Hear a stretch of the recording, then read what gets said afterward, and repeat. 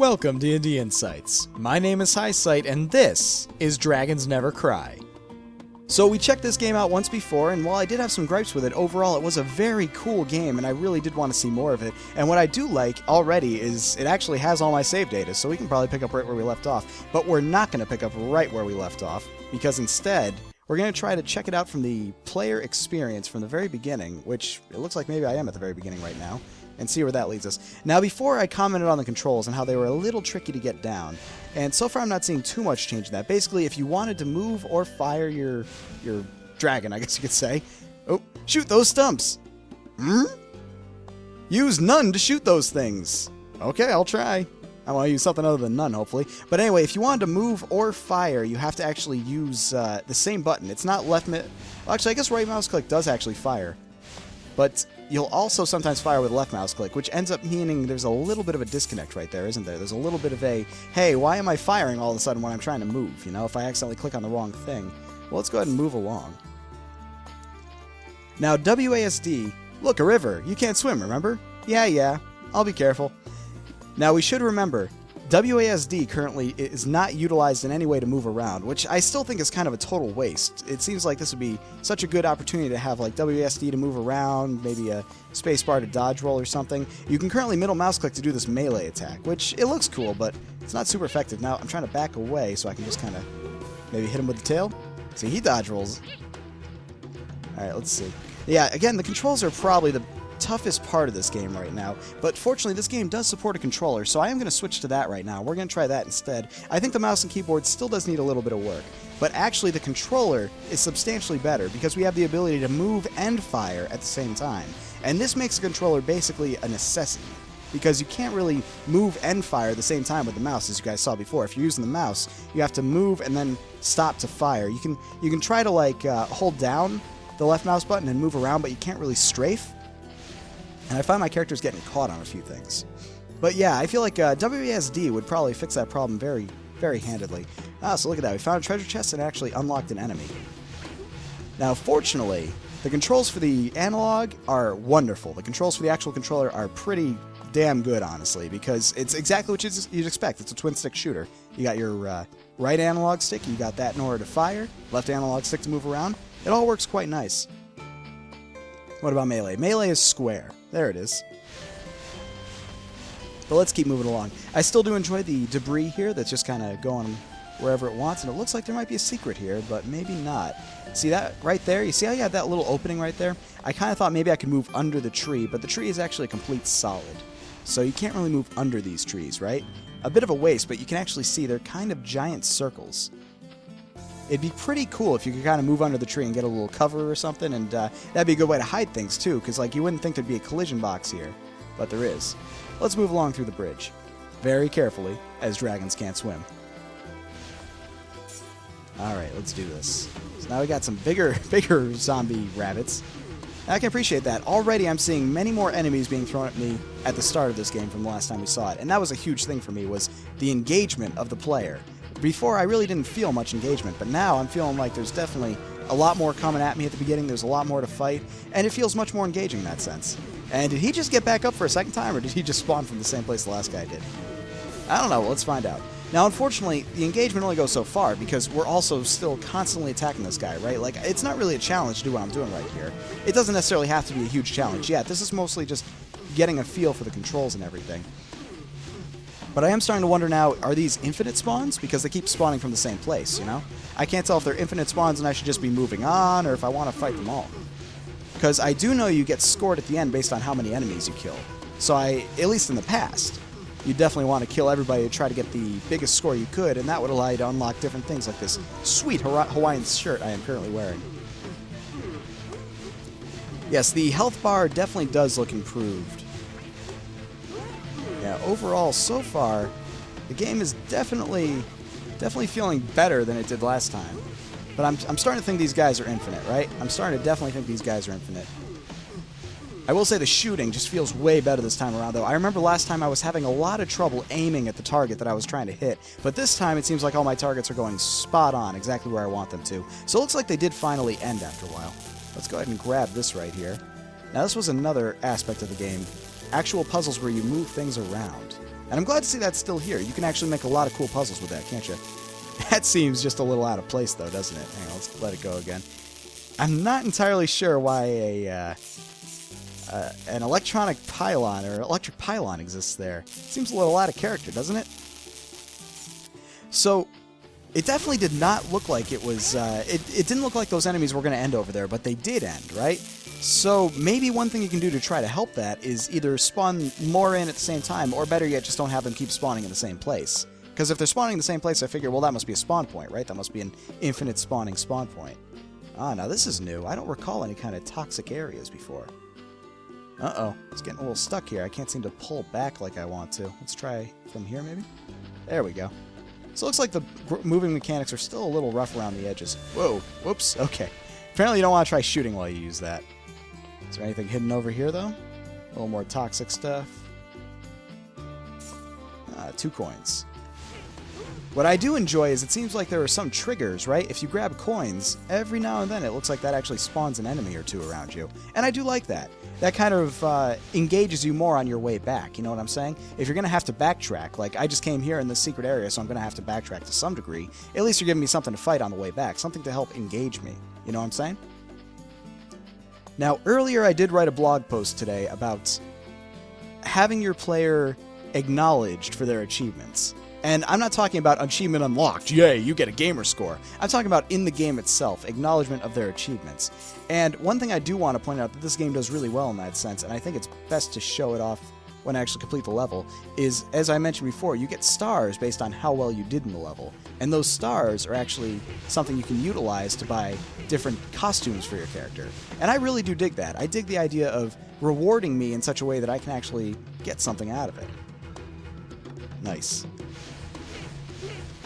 Now, I do enjoy the fact that the camera is actually pretty dynamic. I don't know if you guys have noticed just yet, but the camera is actually shifting with me, depending on new areas I go to try to give me a better view, it seems. So we'll see if we can find another example of that. I've already seen it at least 2 times now. Ooh, that's a new enemy. Apparently trees are evil now. Which is good. It's a good thing I'm shooting fire. Looks like they... Oh, whoa, okay, wow. I did not think he'd be able to reach me from that far. The AoE was not that super well defined as to how far he can actually shoot. In fact, I think he can reach me further than I can reach him, right? See, I couldn't even hit him from there, but he got me no problem. That's a little bit troubling, right? You gotta keep into account the fact that I don't have much to work with here, so I have to... There we go. At least I can move a little faster than him, right? Apparently I can dodge it by moving away from it in time. I do rather enjoy his death animation, though. He literally doesn't disappear. He just stays there in his dead state. I like that. Oops, that's bad. Now, green toxic on green grass. I probably should point that out. Green toxic on green grass, right? So the toxic is deadly, like very, very deadly. But it's not something that you might notice easily when it's contrasted by green grass. Now, one thing you can do to fix that, and it's partially already done here, you can see that the area inside it is kind of like a crater, right? But it's a green crater. What you could do is actually have some brown patches around that area, you know what I mean? Just like dead grass, dirt, all around that area, even a little bit outside that area, not just inside the area, but a little outside the area, to indicate that this is obviously a dead zone and you don't want to be anywhere near it. Keep the green as a sign of good, unless you can contrast it with something brown or something like that, like, you know, dirt, dead grass, whatever you want there. But yeah, let's, there we go. Got my little panda buddy over there. He's scouting ahead. No, they're not going to go after him, though. Why would they? He's a panda. Everybody loves pandas. Just dragons that are questionable, I guess. Alright, so we got all that done. I feel like I missed something, but I'm not really willing to backtrack at this moment. So you'll notice that actually some of these rabbits are a little more dangerous than others. That guy right there that I'm currently shooting has claws, while this guy doesn't. And I kind of dig that. I dig the minimal change feeling to it, right? He had a little bit of armor on, and he had really cool, like, Wolverine-style claws. And I dig that. It's giving variations to common enemies that actually does make a bit of a difference in terms of fighting them. Right here, this one's a bit more well-defined. You can actually see the brown around it. That's kind of what I'm talking about right there, but just make sure you have that for all your patches. Alright, what else? Let's move on, I guess. I really do enjoy the environment in this game. I can't stress that enough. The environment is very well done, for the most part. Like, going right to that log right there. Is this the end? Yep, that's it for the demo. Oh, that's the end of the demo? Oh, wow. I had way more to play with last time. How'd that happen? So I guess that's the end of the demo, actually. I was expecting more compared to the fact... Well, considering last time I played quite a bit more. but I guess that's alright. Well, as long as we're here, let's backtrack and talk a little bit more. We see how many coins we have in the entire level in the top right there. And that tells me clearly that I missed quite a few, and that's good for completionists. You don't want to have that information after you've beaten the level to find out, oh, but hey, you missed all this. No, I want to know up front just how many coins I missed. Now, the coins... Oh, wow, I didn't think that'd be in the danger zone. The coins actually have different varying currencies. Like you might have saw earlier, I picked up a goblet that was worth 50 coins and such. Oh, here we go. Here we go. A little bit of hidden goodies. That coin, though, that didn't look very different from the other ones, but that one was worth 10. I do question... And actually, I didn't go this way before because I flipped the lever and I didn't go here. I didn't actually think that this would be a side path. I actually thought this would be the main path, considering I flipped the lever to get here. But I have a feeling we're going to have an arena here, aren't we? Let's find out. Some kind of switch right here. Ah, I need to place something on it. How about this guy right here? And this is good right here. I want to point this out. The developer actually led you to this boulder, this specific boulder, by putting a coin out of reach, right? So now that we have this boulder, we know where the boulder has to go. And if we want the extra goodies, you can just take the one coin, or if you want to think a little outside the box, bring the boulder over to the switch, let the switch hold down the gate there, and get the real treasure, including that lovely crown. So we were talking about different currencies a second ago. The reason that I question is because it does actually kind of confuse the player a little bit, doesn't it? Ah, dang, that hurt. It does confuse the player a little bit, doesn't it? Not to... I don't trust this one. It has a weird pattern. Hang on. It's going to be one more, and then I can go through. As I was saying, the currencies are a little odd in the sense that I don't really know how many gold objects are left. I just know that they equal another 26 coins, right? So for all I know, there could be... Okay, now it's 24.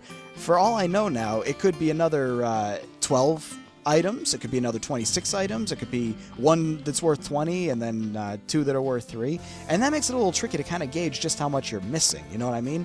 I know right now I could be between one secret and like 20 smaller secrets away from finding it.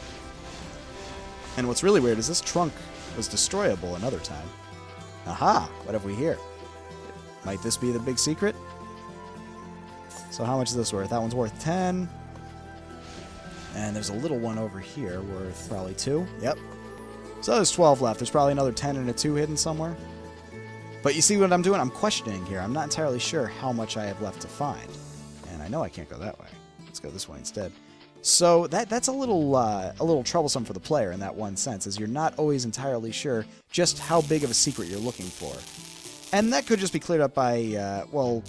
Why are there so many individual coins? Now, maybe it's because you can spend the coins in the market. Well, let's find out, actually, shall we? Is there any way for me to exit out of this? Here we go. Let's go back to the main menu. So right now, we do actually have our coins tracked right here. So I guess the coins do actually have some meaning in that sense, right? So what you might want to do is kind of like previous Wolfenstein 3D, you actually also counted the number of secrets in the game. You know what I'm saying? Secrets, counting as well as coins, will help kind of figure out just how much is left to find. So here's the reward, as I was talking about before. This is how you acknowledge the player's achievement right here. For whatever they've done, you can unlock something new for the character over here. So I got these guys right here. I think you have to, you have to get a certain amount of stars to unlock the ability to buy them, and then you spend your coins to actually buy them. So I have, almost 300 coins now. I can buy a few things here. This is how he starts by default. Like, if I wanted this checkered shorts, I could equip them on him and buy them later. Checkered shorts, Hawaiian shorts. A lot of Hawaiian stuff. Dragons love Hawaii-themed stuff. Who knew? Unfortunately, what you can't do is you can't really see what you're working towards. Like, I know I have to get 250 stars to see this one, these sweet sunglasses, but I don't even know if they're worth getting, right? I can't actually find out if they're worth getting until I get 250 stars, so it's a lot of work. But I guess the overall reward should be... the reward for finding them alone should be enough. This is just a little extra, I guess you could say. We'll just match them up there with the red and red.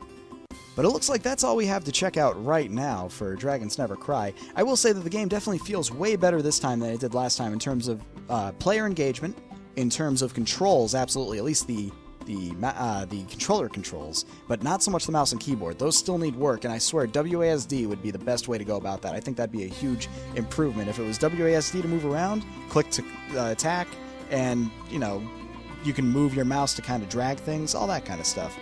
But overall, yeah, this has been Dragons Never Cry, a vast improvement from the last time we checked it out. Thanks for the submission.